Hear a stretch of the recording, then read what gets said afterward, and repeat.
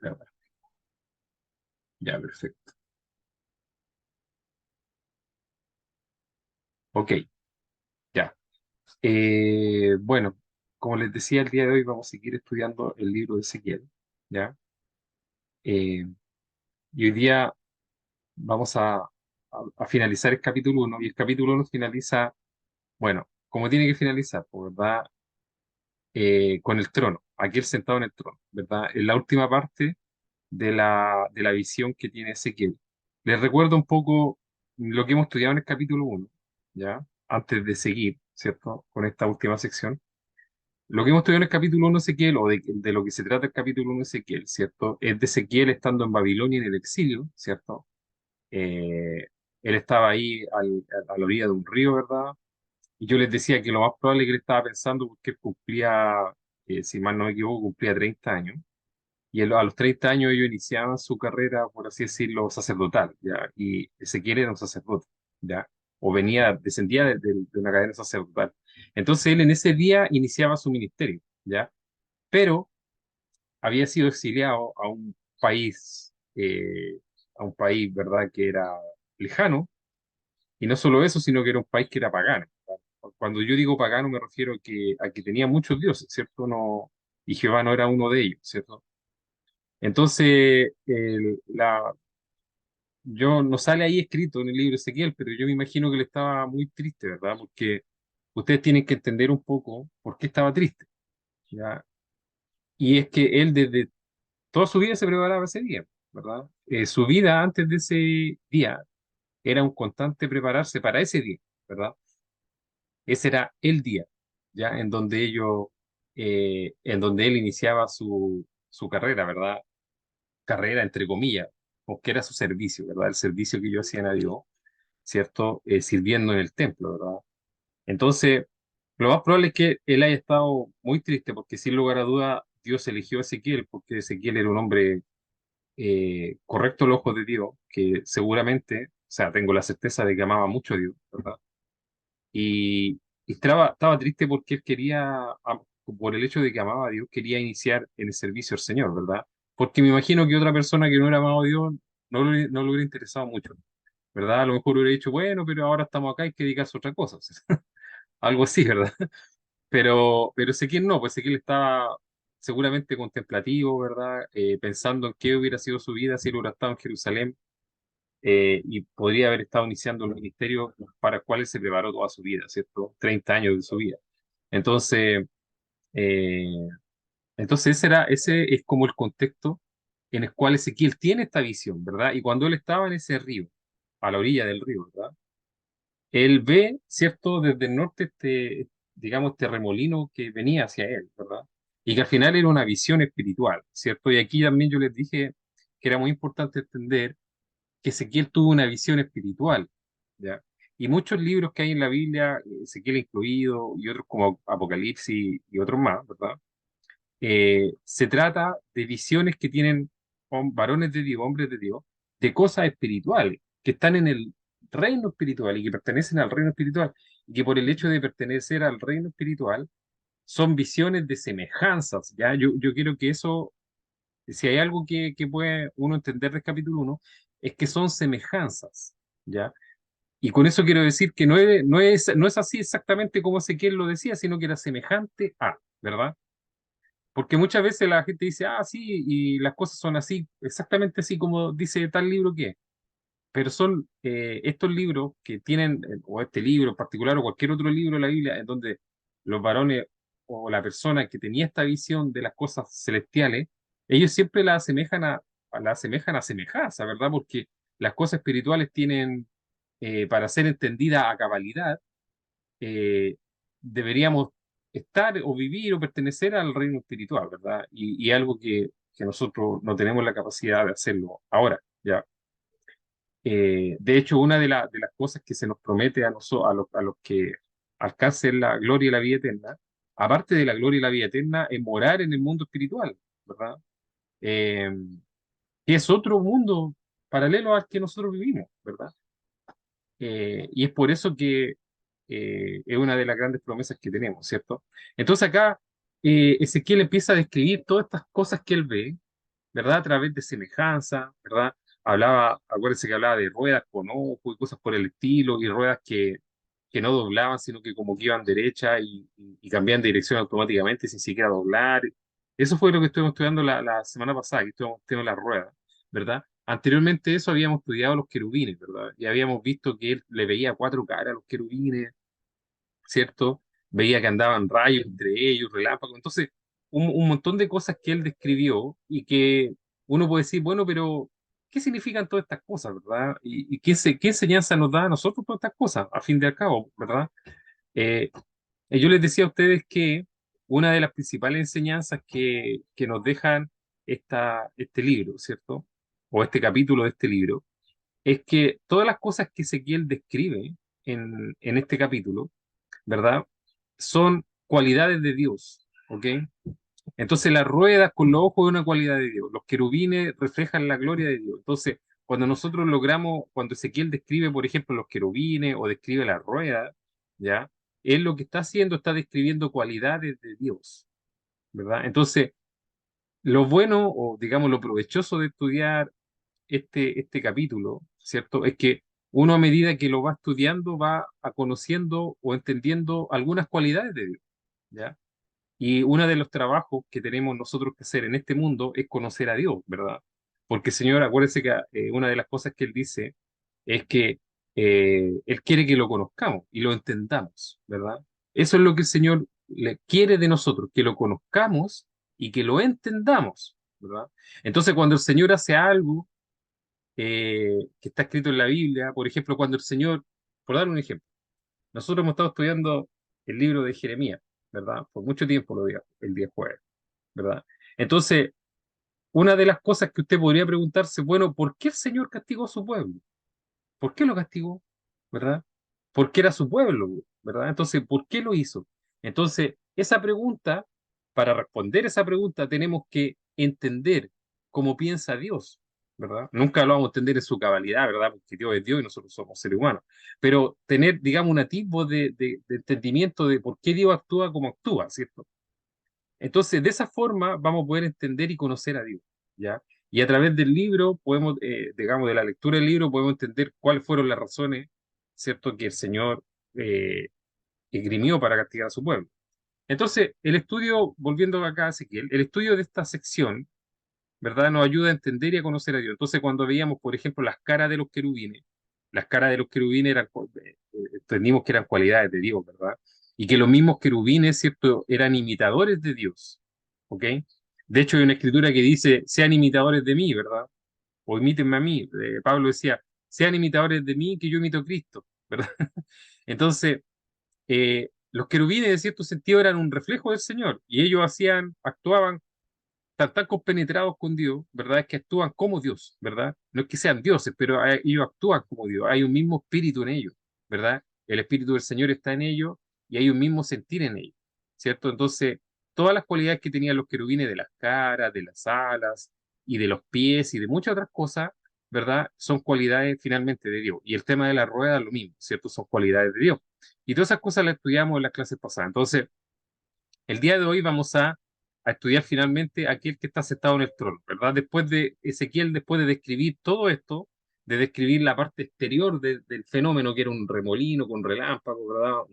Un tornado, cosas así, después se va a los querubines, después se va a la rueda y finalmente se va a esta parte que está arriba acá en la foto, ¿verdad? Donde ustedes pueden ver como un rectángulo de cristal y sobre ese rectángulo de cristal algo blanco, ¿verdad? Que es un trono, ¿cierto? Y Ezequiel dice que vio algo como una semejanza de hombre, ¿verdad? Y aquí voy de nuevo diciendo, no es que él vio un hombre, vio la semejanza de, o sea, algo que se parece, ¿verdad? A un hombre, ¿verdad? Que lo ve sentado ahí. Entonces vamos a leer de los versos 22 al 28, dice así. Y sobre las cabezas de los seres vivientes aparecía una expansión a manera de cristal maravilloso, ¿verdad? Que esta que está acá como en color celeste, ¿cierto? Extendido encima sobre sus cabezas. Y debajo de la expansión, las alas de ellos estaban derechas, extendiéndose la una hacia la otra. Y cada uno tenía dos alas que cubrían sus cuerpos. Y oí el sonido de sus alas cuando andaban, como sonido de muchas aguas, como la voz del Omnipotente, como ruido de muchedumbre, como el ruido de un ejército. Cuando se paraban, bajaban sus alas, y cuando se paraban y bajaban sus alas, se oía una voz de arriba de la expansión que había sobre sus cabezas. Y sobre la expansión que había sobre sus cabezas se veía la figura de un trono que parecía de piedra de zafiro. Y sobre la figura del trono había una semejanza que parecía de hombre sentado sobre él. Y vi apariencia de como bronce refulgente, como apariencia de fuego dentro de ella en derredor. Desde el aspecto de sus lomos para arriba y desde sus lomos para abajo, vi que parecía como fuego y que tenía resplandor alrededor. Como parece el arco iris que está en las nubes el día en que llueve, así era el parecer de resplandor alrededor. ¿Ya? Entonces, esta es la visión que él tiene, finalmente Ezequiel, ¿verdad? De Dios, ¿cierto? Digamos, de la presencia, de la presencia del Señor, ¿verdad? Porque este es así, digámoslo, algo así como el carruaje del Señor, ¿verdad? Este es como el tabernáculo del Señor donde está, ¿cierto? Si nosotros lo lográramos, Dios quiera algún día lo hagamos, ¿verdad? Pero lográramos ver esto nosotros mismos, sería con una semejanza parecida a esto, ¿verdad? Y eso es lo que Ezequiel quiere mostrar. Y finalmente apunta a la parte de arriba, ¿verdad? Él se enfocó, todo este capítulo se enfocó en la parte de abajo, en la rueda de los querubines, ¿verdad? Pero ahora se está enfocando en la parte superior, ¿cierto? Y quiero repetir, ¿qué nos enseña esto? Aquí vamos a ver varias cualidades, ¿cierto? Que se nos describen, que nos ayudan a entender y a conocer a Dios, ¿verdad? Entonces vamos a partir, como siempre lo hacemos, ¿verdad? Estudiando versículo por versículo y al final de la sección vamos a llegar, digamos, a la parte donde hacemos como un resumen y qué es lo que nos quiere enseñar Dios con todas estas cosas, ¿verdad? Versículo 22-23 dice, y sobre las cabezas de los seres vivientes aparecía una expansión a manera de cristal maravilloso, y debajo de la expansión las alas de ellos estaban derechas, extendiéndose la una hacia la otra, y cada uno tenía dos alas que cubrían su cuerpo, ¿verdad? Entonces, acá describe que Ezequiel cuando miró por encima de los querubines, vio el espacio, ¿verdad? O un espacio, ¿cierto? A manera de cristal maravilloso, ¿ya? Eh, que estaba ahí, ¿verdad? Era como un cristal maravilloso, ¿cierto? Que había ahí, y había algo espectacular en el cielo sobre los querubines, ¿cierto? Esto de cristal maravilloso, ¿verdad? Se nos repite otra vez acá en Apocalipsis, ¿ya? Cuando habla, eh, esta parte de acá habla digamos, Apocalipsis 4 habla también del trono de Dios, y aquí va a ser cuando nosotros demos cuenta de nosotros, ¿ya? O sea, cuando yo le estoy hablando de este cristal maravilloso que está acá, que describió Ezequiel, va a llegar el día en que nosotros nos vamos a tener que parar ahí, a dar cuenta de nosotros, de nuestra vida, ¿verdad? De hecho, Apocalipsis 4:6 dice, y delante del trono había como un mar de vidrio, semejante al cristal, ¿verdad? Y junto al trono y alrededor del trono, cuatro seres vivientes llenos de ojos por delante y por detrás. Cuando Juan describe acá en Apocalipsis, describe el trono del Señor, lo describe muy parecido a lo que vio Ezequiel, ¿verdad? Pero él describe aquí que delante del trono había como un mar de vidrio, ¿ya? Bueno, no sé si usted puede, bueno, me imagino que todos han visto el mar alguna vez, ¿verdad? Bueno, eso es lo que vio Juan acá, pero era de vidrio, ¿verdad? Entonces, estaba el trono y hay como una expansión, ¿verdad? Y en esa expansión es como un cristal que hay ahí, ¿verdad? Y en este lugar va a ser donde cada uno de nosotros tenga que dar cuenta a Dios, ¿verdad? Porque todos vamos a estar vamos a estar frente al Señor, ¿verdad? Dando cuenta por nosotros mismos, ¿cierto? Y va a ser este en el lugar que vamos a estar, ¿cierto? Donde van a estar todas las muchedumbres, ¿verdad? Como dice el Señor en Mateo, que dice que el día del juicio se van a ser puestos adelante de él y algunos va a separar a la derecha y otros a la izquierda, ¿verdad? Y acá va a ser, en este lugar, ¿ya? Así que va a ser un lugar que ciertamente vamos a ver alguna vez, ¿ok? Ahora, es posible que las alas derechas, ahora, eso respecto al cristal, ¿verdad? Y respecto a la ala derecha, lo habíamos visto anteriormente que Ezequiel describía los pies derechos de los querubines, ¿verdad? Y aquí nos describe alas derechas, ¿verdad? Ahora, ¿qué significa esto? ¿O qué podemos entender por esto, ¿verdad? Es probable que sea una imagen de una de las características de Dios. Esto es que Dios avanza sin desviarse, ¿verdad? Hay una parte de la escritura que nosotros nos dice que nosotros en nuestro caminar no tenemos que desviarnos ni a derecha ni a izquierda, ¿verdad? Sino que nuestro caminar tiene que ser recto, ¿ya? Eso no se refiere al caminar, digamos, que uno tiene en la calle, ¿verdad? Aunque ciertamente si uno camina en la calle, la idea es que camine recto, si no se va a caer, ¿verdad? pero sino que se refiere a nuestro caminar en la vida, ¿verdad? Que nuestra obras en la vida, que cómo nos comportamos, tiene que ser recto, ¿ok? No tenemos que ir ni izquierda ni derecha, ¿verdad? Desviándonos, porque en la izquierda o derecha significan desviarse del camino, ¿verdad? Se tiene que interpretar de esa forma esto, ¿verdad? Entonces, cuando Ezequiel describe que los querubines tenían alas derechas, ¿verdad? No dobladas ni nada, no, sino que derechas, es probable que esté haciendo una imagen de la característica de Dios, ¿verdad? Que es un Dios recto, ¿ok? Porque Dios es recto, ¿ok? No se desvía, ¿ok? Entonces, las alas de los querubines son un reflejo de Dios, ¿verdad? En el sentido de que Dios no se desvía, de que Dios es recto, ¿ok? Eso podemos entender del tema de las alas de los querubines, ya que son un reflejo de Dios y los querubines también lo son, ¿cierto?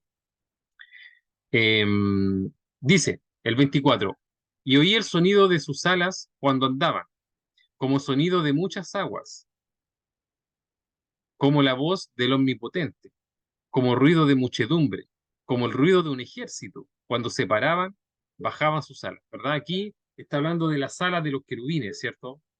Eh, y acá él parece describir un ruido fuerte y majestuoso, ¿verdad? De una gran cascada.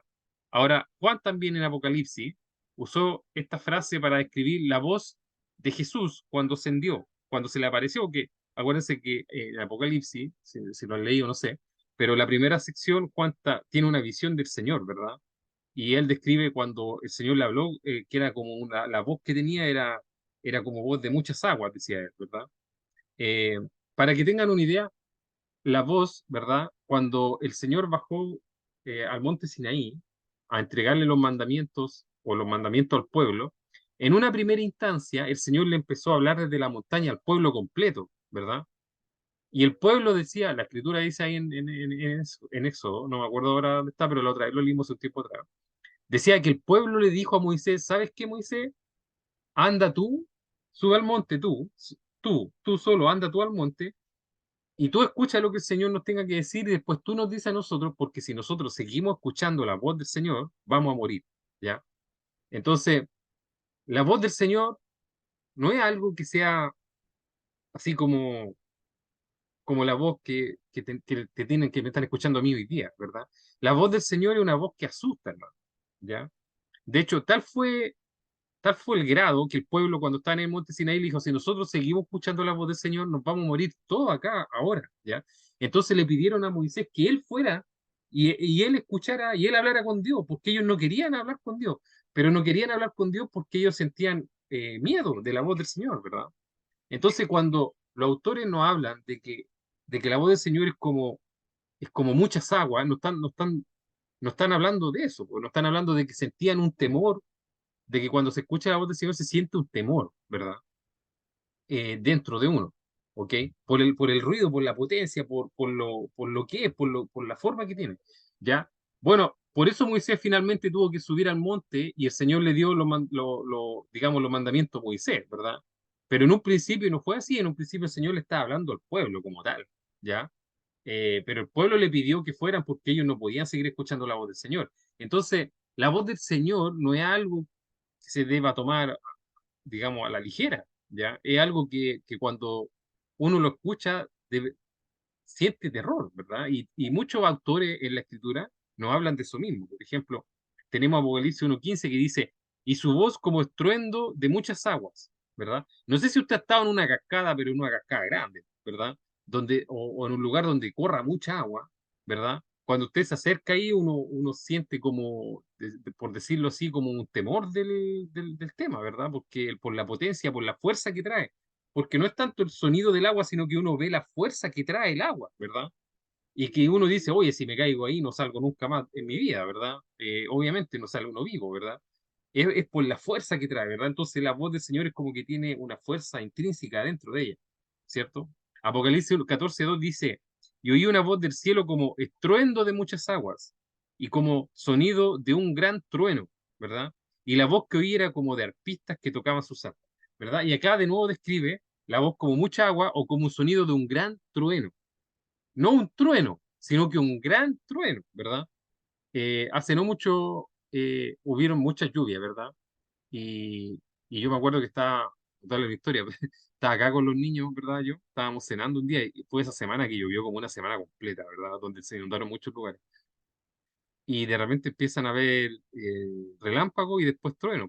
Y los niños se asustaban porque me decían que qué era ese sonido, ¿verdad? Porque estaba sonando, de verdad que estaba sonando muy fuerte los truenos, ¿verdad? Entonces, cuando usted escucha un trueno, uno dice, ¡ay, truenos, qué bonito!, ¿verdad? Pero usted cuando escucha el sonido de un trueno, es algo que atemoriza, ¿verdad? Y sobre todo si un trueno, un trueno grande, fuerte, que suene fuerte, ¿verdad? Uno se aterra con esos sonidos porque son sonidos grandes y terribles, ¿verdad? Que a uno entiende que al escucharlos se está enfrentando a una fuerza que descomunal, ¿cierto? Entonces, esa es, digamos, la idea detrás de la voz de Dios. Le estoy tratando como de dar muchos ejemplos para que podamos más o menos nosotros en nuestra mente captar o lograr discernir algo, ¿verdad? De lo que se refiere a la voz de Dios, ¿cierto? Y la voz de Dios es una voz grande y terrible, ¿verdad? Y eso es lo que tenemos que nosotros entender, ¿verdad? Apocalipsis 19:6 dice, y oí la voz de una gran multitud como el estruendo de muchas aguas y como la voz de grandes truenos que decía, aleluya, porque el Señor nuestro Dios Todopoderoso reina. Bueno, esta no es la voz de Dios, ¿verdad? Que está acá, pero también es descrita como voz, ¿cierto? Una voz fuerte y terrible, ¿verdad? Que básicamente la voz em, de la multitud que va a ser salva finalmente, porque son muchas personas, ¿verdad? El verso 25 dice, hablando o siguiendo hablar, pero como para terminar con esta idea, para no seguir antes, como para terminar con esta idea, la voz del Señor, ¿cierto? Se describe siempre en la Escritura como una voz grande y terrible, ¿verdad? Que tiene una fuerza intrínseca detrás, ¿verdad? Por eso todos los autores la describían como una voz que era como muchas aguas, así como de, no sé, de cuando usted ve un río gigante, ese sonido que hace así, o de trueno, ¿verdad? Y ellos la tratan como de escribir con semejanzas de cosas para que nosotros podamos entender, ¿verdad? Y por eso la describen como muchas aguas, como truenos, ¿verdad? Etcétera, ¿ok? Entonces, por eso los autores tratan siempre de describir la voz para entregarnos nosotros lo que hay detrás de eso, ¿verdad? Y lo que hay detrás de eso es que cuando los autores escuchaban la voz de Dios tenían miedo, ¿verdad? Tenían miedo y a veces, muchas veces terror, como la gente que recibió los mandamientos del Señor, por la potencia que hay intrínsecamente en la voz de Dios, ¿verdad? Ahora, el verso 25 dice, y cuando se paraban y bajaban sus alas, se oía una voz de arriba de la expansión que había sobre sus cabezas. Aquí está hablando de los querubines y cuando ellos movían sus alas, ¿verdad? Eh, bueno, ¿y qué nos enseña esto? Básicamente nos enseña, ¿cierto? Como yo les decía, ¿verdad? Eh, que cuando Dios habla, eh, que cuando Dios habla, ¿verdad? Los querubines obedecen al instante, ¿verdad? Y eso yo les decía que básicamente los querubines con Dios están como en un mismo espíritu, ¿verdad? Ellos no tienen ninguna disonancia, ¿verdad? Con Dios. Mire, para que entendamos un poco mejor esto, acuérdense que cuando el Señor les decía a sus discípulos, les decía, eh, que cuando les decía la hablada de la oración, les decía, el espíritu está dispuesto, pero la carne es débil, ¿verdad? ¿Y qué les quería decir con eso? Les decía, oye, mira, el ser humano tiene como una dicotomía en su interior, ¿verdad? Que la parte espiritual está dispuesta a tener comunión con Dios, pero la parte, digamos, carnal de nosotros, el pecado, ¿verdad? Y nuestros deseos y pasiones, hacen la guerra contra eso, ¿verdad? De cierta forma, ese es como digamos, la dicotomía que hay o las dos partes que tenemos en nuestro ser, que nosotros estamos en una lucha contra nosotros mismos muchas veces, ¿verdad? Eh, bueno, entonces cuando, por ejemplo, Dios nos habla a nosotros, nuestra carne a veces se interpone, ¿ya? Porque la carne, no me refiero al cuerpo, ¿verdad? A la carne así física, sino que los deseos, los pensamientos del mundo que hay a veces en nuestra mente, la urgencia, los afanes, un montón de cosas, ¿verdad? Se interponen un poco, o no un poco, sino que a veces mucho, ¿verdad? Se interponen en que hagamos la voluntad de Dios, que la voz de Dios llegue a nuestro espíritu, ¿verdad? Y ese es el problema que nosotros tenemos, o con el cual tenemos que lidiar toda nuestra vida, y el cual es el mayor de nuestros desafíos, ¿cierto?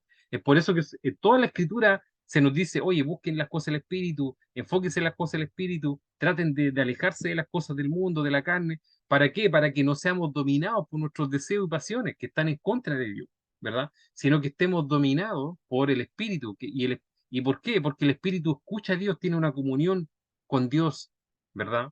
Ahora, estos querubines, ¿verdad? No tienen el problema que tenemos nosotros. ¿Por qué? Porque ellos están 100% conectados con Dios, ¿ok? Entonces, ellos, como están 100% conectados con Dios y no hay en ellos disonancia alguna, ¿verdad? Porque no tienen este tema de una lucha interior en su corazón o en su alma, ¿verdad? Ellos escuchan a Dios al instante y hacen su voluntad al instante, ¿verdad? En cambio, a veces nosotros nos cuesta hacer la voluntad de Dios. ¿Pero por qué nos cuesta? Porque no tenemos una conexión espiritual fuerte con Dios debido a veces, ¿verdad?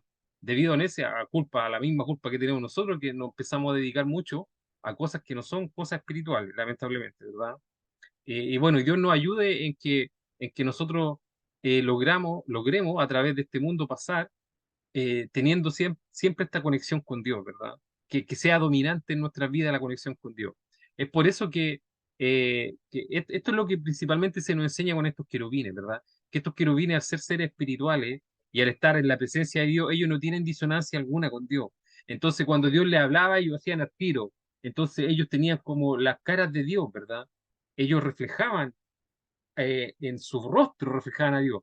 Acuérdense, por ejemplo, cuando Moisés subió al monte, que le estaba hablando el mismo ejemplo, y después bajó, Moisés dice la escritura que se tuvo que poner un velo en la cara, ¿ya? Ahora, ¿por qué se tuvo que poner un velo en la cara?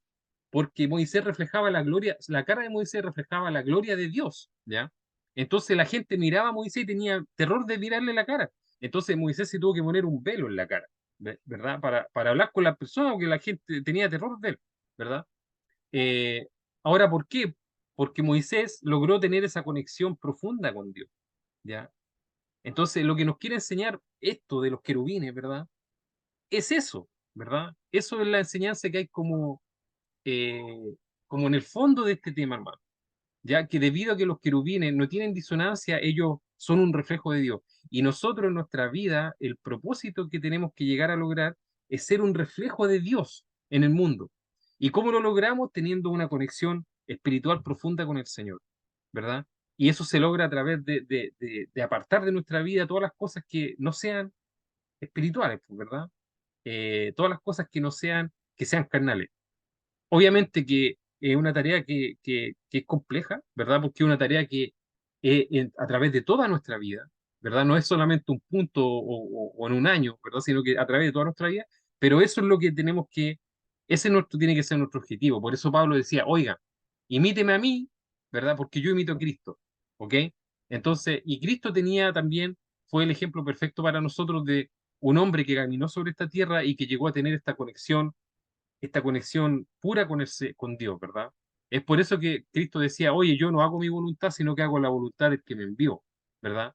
Pues yo no hago mi voluntad, sino que hago la voluntad de Dios. Y esa debería ser también nuestra frase, Señor, ¿cierto? Deberíamos nosotros hacer la voluntad de Dios y no la nuestra, ¿ok?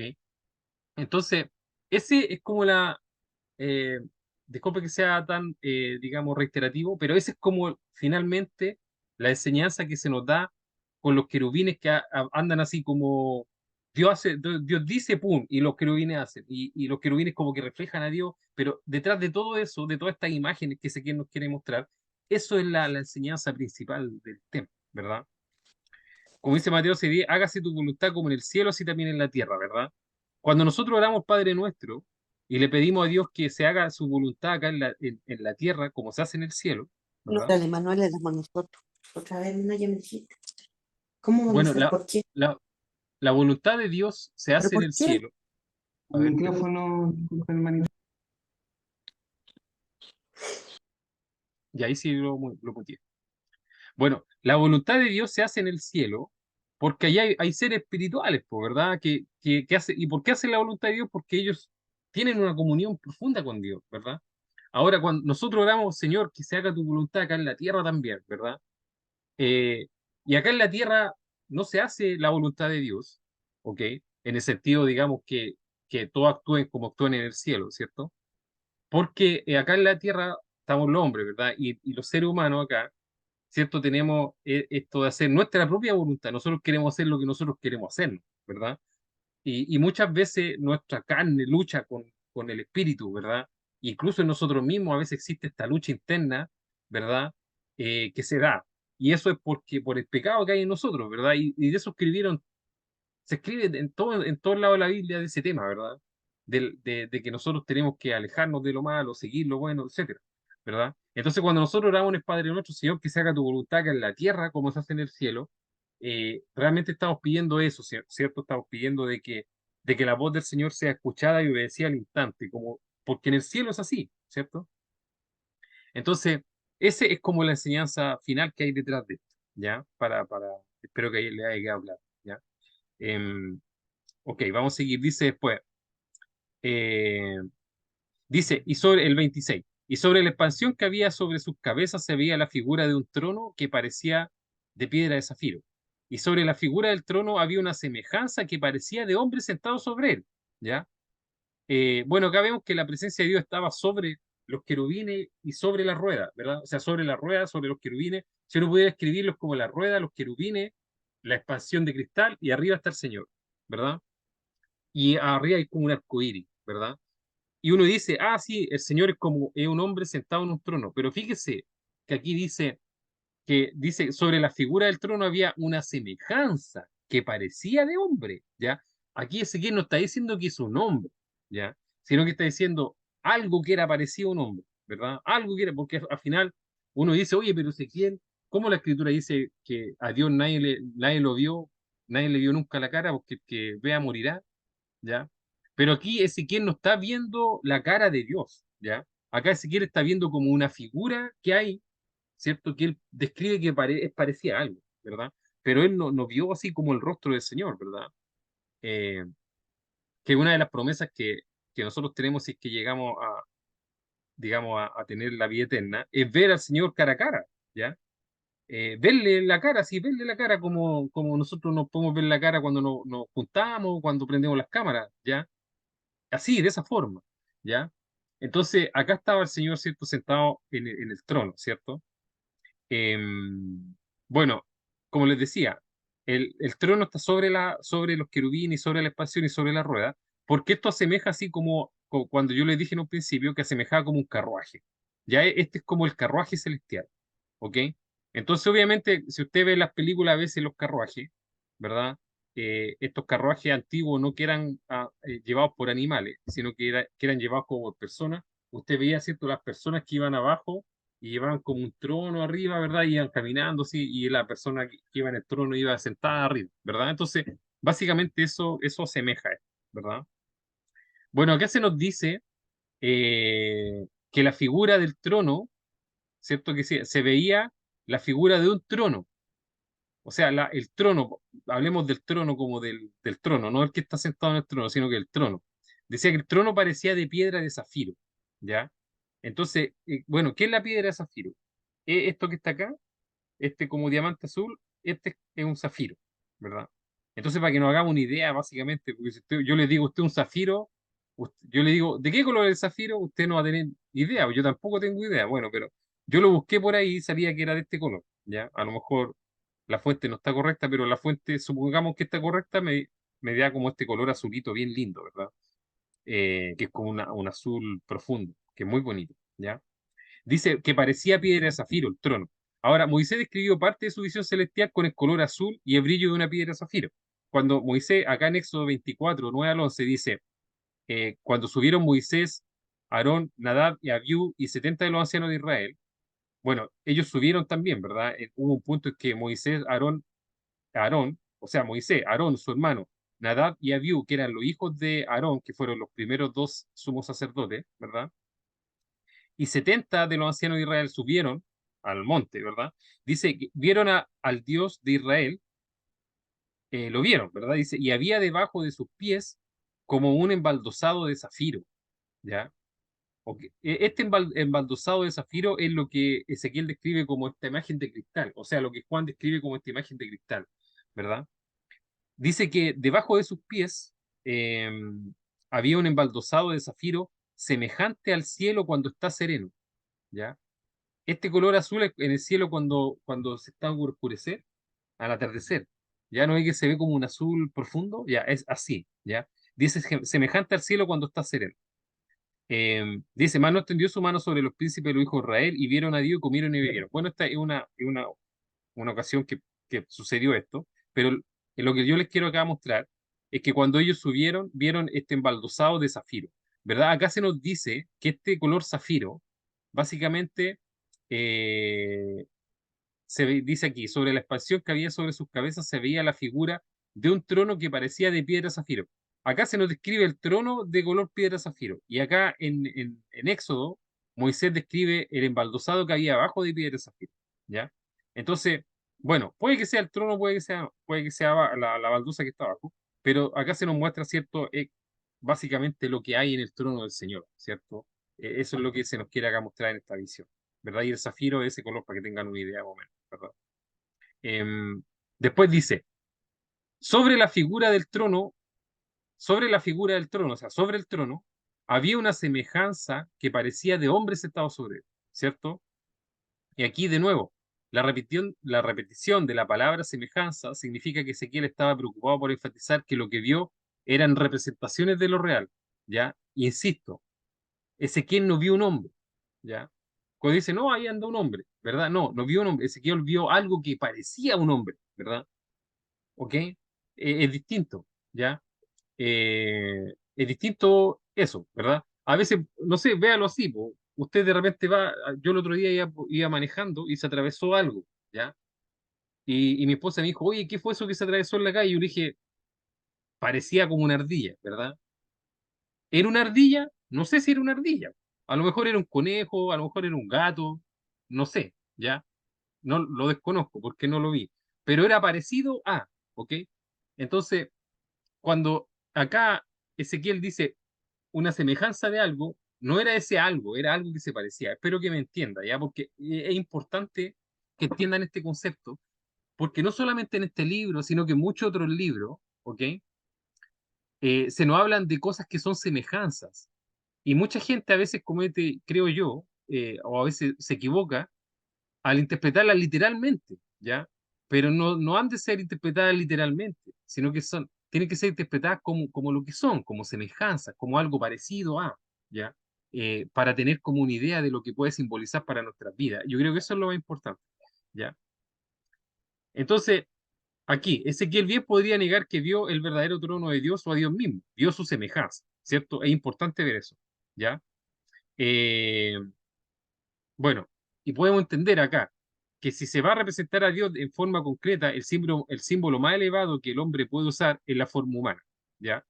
Cuando Dios quiso revelarse en la suprema revelación de su persona, lo hizo en la forma de Jesucristo hombre, ¿cierto? Aquí como Juan 1:18 dice, a Dios nadie le vio jamás, el unigénito Hijo que está en el seno del Padre, Él le ha dado a conocer, ¿verdad? Juan 1:18 nos dice eso, ¿verdad? Entonces, a Dios nadie le vio jamás, ¿verdad? Y nunca nadie lo ha visto, pero el Cristo, ¿verdad? Que hecho hombre vino a darlo a conocer. Y cuando el Señor les decía, acuérdense que les decía, o alguna vez el Señor les dijo, oye, cuando creo que fue Tomás, que le dijo, Señor, haznos conocer al Padre. Y Jesús le dijo, oye, pero yo estaba con ustedes todo este tiempo acá y no he conocido al Padre. Si me conocen a mí, conocen al Padre, ¿verdad? Entonces, eh, de cierta forma, o por así decirlo, ¿verdad? La forma más elevada que puede tomar Dios es la forma de hombre. Acuérdense que cuando el Señor eh, hizo al hombre, dijo, hagamos al hombre a nuestra imagen, conforme a nuestra semejanza, ¿ya? De nuevo la palabra semejanza, ¿verdad? Es importante que entendamos que son semejanzas, ¿ya? De cierta forma, Dios es como un hombre, es parecido en la forma. De hecho, nosotros, nuestra forma corporal es parecida a la de Dios, ¿verdad? No quiere decir que seamos iguales, pero somos parecidos, ¿verdad? De cierta forma, ¿ya? Porque fuimos hechos a la semejanza de Él, ¿ok? La descripción sugiere que Ezequiel no vio un rostro y un cuerpo que pudiera haber dibujado, sino más bien un resplandor ardiente, que tenía forma humana y que sabía que era vivo y personal, ¿ya? Como dice acá en Génesis 1:26, ¿cierto? Entonces dijo Dios, hagamos al hombre a nuestra imagen, conforme a nuestra semejanza, ¿ya? Entonces, nuevamente y para insistir, ¿cierto? Ezequiel no dijo que Dios fuera un hombre, simplemente parecía algo así como un hombre, ¿cierto? como yo les decía, la otra iba manejando y se atravesó algo, yo pensé que era una ardilla, parecía ardilla, o puede ser un ratón, pues no sé, po, un gato chico, ¿verdad? Un conejo, no sé, etcétera. Eh, pero era un animalito, ¿verdad? Eso lo tengo claro, ¿ok? Eh, entonces, eso es básicamente lo mismo que Ezequiel nos está queriendo demostrar acá, ¿cierto? En esta parte de la escritura, ¿cierto? Ya finalmente decía en el 27, y vi apariencia como de bronce refulgente, como apariencia de fuego dentro de ella en derredor. Desde el aspecto de sus lomos para arriba y desde sus lomos para abajo vi que parecía como fuego y que tenía resplandor alrededor. Esta imagen, ya, de este ser que como hombre, que todos sabemos que es Jehová, ¿verdad? Que es Señor, ¿ok? Lo describe, ¿cierto? Como ardiente, como fuego, ¿ok? Eh, entonces acá, por ejemplo, eh, tenemos esta asociación que se hace como bronce refulgente, ¿ya? ¿Qué es el bronce refulgente? Esto que está acá. Ese color así como amarillento, medio naranjo, que es como el color del metal derretido, ¿ya? Este es el color del bronce refulgente, ¿verdad? Eh, es un metal resplandeciente, ¿cierto? Y tiene la idea de algo que brilla como un metal resplandeciente. Más adelante vamos a ver que esto no representa la pureza de Dios, ¿verdad? ¿Por qué? Porque los metales se refinan a fuego, ¿ya? Muchos metales, como el oro, por ejemplo, usted lo tiene que refinar o purificar a fuego, ¿verdad? Y cuando usted toma un metal y lo purifica a fuego, tiene ese color entre amarillo y rojizo, que la escritura lo llama bronce refulgente, ¿verdad? Que se asocia con Dios, también con Cristo, ¿verdad? Muchas veces el fuego está asociado a Dios, ¿verdad? Porque el fuego tiene esta asociación a, digamos, por así decirlo, al poder, ¿verdad? Y a la pureza también, de cierta forma. ¿Verdad? Acuérdense que cuando Moisés se acercó a la zarza, ya la zarza ardía, ¿cierto?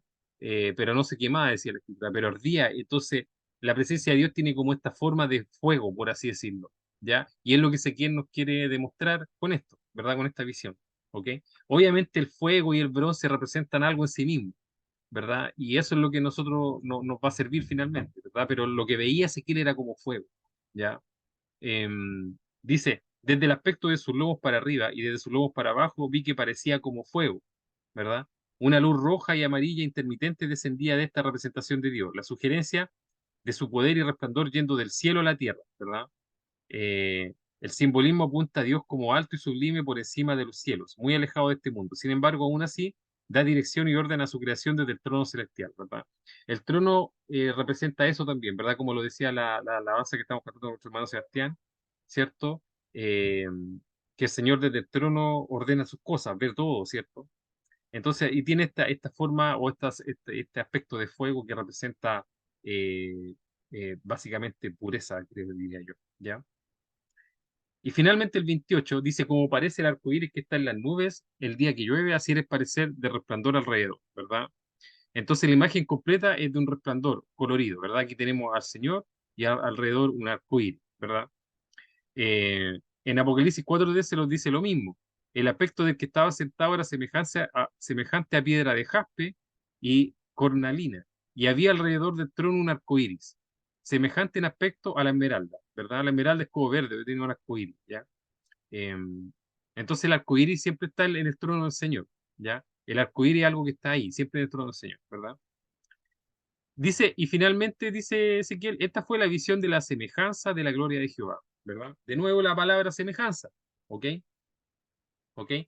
Ezequiel concluyó que lo que vio era la semejanza, era como, no era que era así, ¿verdad? Pero era parecido, ¿verdad? Era muy parecido a lo que a cómo es en la realidad. Es por eso que, por ejemplo, Juan en Apocalipsis, acá Ezequiel, ¿cierto? Y otros autores, a través de la escritura, cuando veían esto, veían cosas, todos veían como cosas distintas, y uno dice, oye, pero ¿cómo es una contradicción? No, no es una contradicción. Lo que pasa es que como ellos veían semejanza, ¿ya? Algunos veían una cosa y otro otro. Es como, por ejemplo, volviendo al ejemplo que le di en delante. Si nosotros vamos, usted y yo vamos en un vehículo y se nos atraviesa un animalito, ya yo puedo decir, oye, parece, no, era como un ardillo, te voy a decir, no, era como un conejo. Ya, bueno, ok.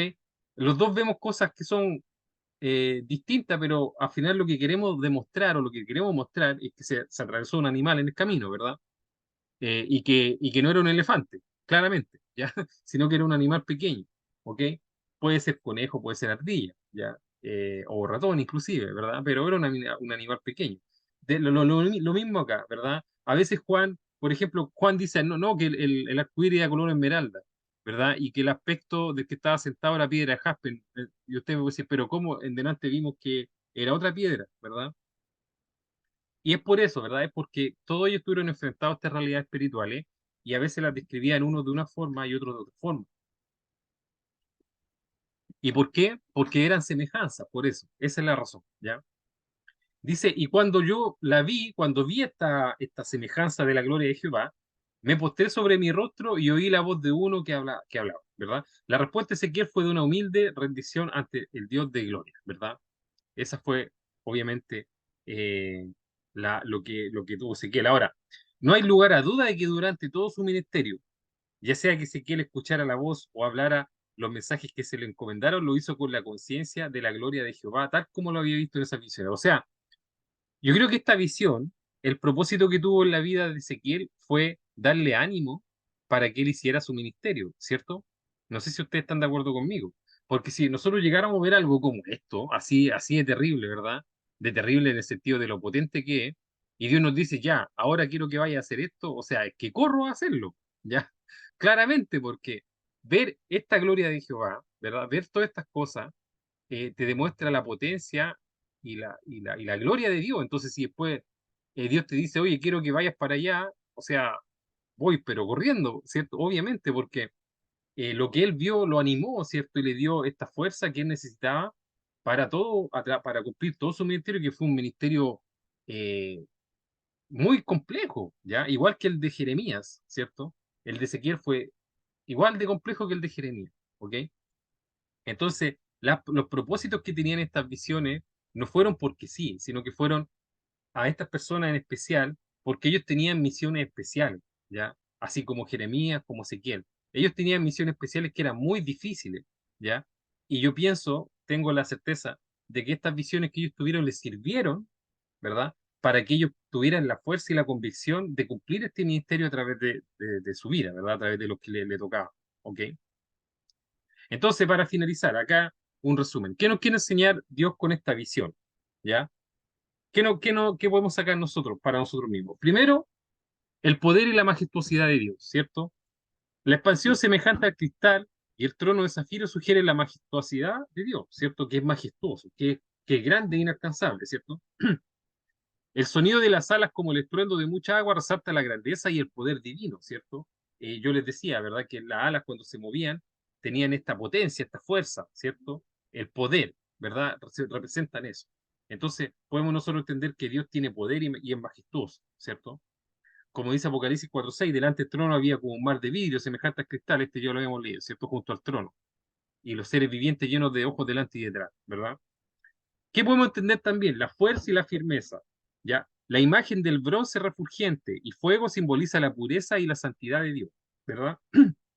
Pero también representa la fuerza y la firmeza, porque acá en Jeremías 1:18 dice, cuando el Señor mandó a Jeremías, le dijo, yo te he puesto hoy como ciudad fortificada, como columna de hierro y como muro de bronce contra toda esta tierra, contra los reyes de Judá, sus príncipes, sus sacerdotes y el pueblo de la tierra, ¿verdad? ¿Y qué le quiso decir con esto? Cuando ustedes siguen leyendo Jeremías, cuando lo leímos en su ocasión, el Señor le dice, van a luchar contra ti, pero no te van a derrotar. ¿Y por qué? Porque Jeremías tuvo mucha oposición, ¿verdad? Entonces, como Jeremías tuvo mucha oposición, yo le dije, yo te voy a colocar a ti como columna de hierro o como muro de bronce, ¿ya? Columna de hierro, vaya a votar una columna de hierro, ¿ya? No la va a poder votar. Vaya a tratar de votar un muro de bronce, no lo va a poder votar, ¿verdad? Porque son cosas que son muy fuertes, ¿ya? Entonces, el bronce, aparte de lo que yo le decía que simbolizaba la pureza, porque el fuego digamos, los metales se purifican a fuego, ¿verdad? El bronce en sí mismo puede representar fuerza y firmeza, ¿ya? Entonces, eso nos ayuda a entender que Dios tiene fuerza y firmeza, son cualidades del Señor, ¿cierto? La presencia divina, ¿cierto? La figura que parece un hombre sentado en un trono indica la presencia personal de Dios en su trono, ¿verdad? Dios no es un Dios que es apersonal, sino que un Dios que es personal y que está presente, ¿cierto? Y que se nos muestra acá al hecho de estar sentado, ¿verdad? En su trono. Salmo 33, 13, 15 dice, el Señor mira desde los cielos, Él ve a todos los hijos de los hombres, y desde el lugar de su morada, Él observa a todos los habitantes de la tierra. Él es el que modela el corazón de cada uno de ellos. Él es el que entiende todas las obras de Dios, ¿verdad? Entonces, el Señor es un Dios personal, es un Dios que está atento, ¿verdad? ¿Y por qué les digo esto? Porque muchas veces nosotros pensamos, cuando nos pasan cosas en nuestra vida, nosotros pensamos, pero Dios, así como internamente podríamos llegar a pensar, de que qué le va a interesar a nosotros un problema tan minúsculo en nuestra vida a Dios, ¿verdad? Siendo que Dios es tan sublime que a estar atento a esas cosas, ¿verdad? Bueno, Dios aquí nos dice que Él desde los cielos ve todo, ¿verdad? ¿Ok? Dice que observa a algunos habitantes de la tierra. No, Él dice observa a todos los habitantes de la tierra, ¿verdad? No a algunos, ni a algunos pocos, ni a la mitad, ni a tres cuartos, sino que a todos, ¿ya? Dice, es más, dice, Él es el quien modela el corazón de cada uno de ellos. O sea, no solamente los ve, sino que conoce la intención del corazón de cada uno de nosotros y modela la intención del corazón de cada uno de nosotros, ¿ya? Entonces, por eso que es bueno a veces en nuestra oración pedirle al Señor que cambie nuestro corazón, ¿ya? Cuando a veces nosotros tenemos cosas en nuestro corazón con las cuales pareciera que no podemos luchar, pidámosle al Señor que Él cambie nuestro corazón, porque Dios es un Dios que modela el corazón, Él tiene el poder para hacerlo, ¿ya? Dice, él es el que entiende todas las obras de ellos. El Señor entiende todas las cosas que hacemos y por qué las hacemos. O sea, nos conoce en la intimidad. Dios es un Dios que no es un Dios apersonal, que esté así como en el cielo, eh, viviendo su vida allá y nosotros acá la nuestra, sino que Él está atento a todas las cosas, ¿ya? Dice, la soberanía de Dios es otra cualidad que podemos entender de esta visión. El trono es un simbolismo clásico de autoridad y soberanía, indicando que Dios gobierna sobre todas las cosas. Dios es omnipotente, ¿verdad? Y no, Dios nos muestra esta cualidad en su trono, porque el trono representa eso, ¿ya? Un trono, ¿verdad? Es un símbolo de autoridad, ¿verdad?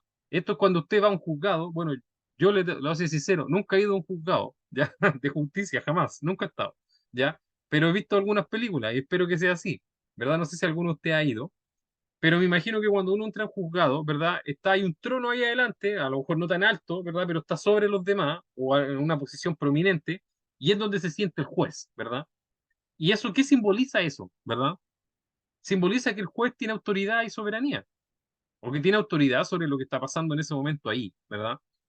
Entonces, el trono es un símbolo clásico, ¿verdad? De autoridad y de soberanía.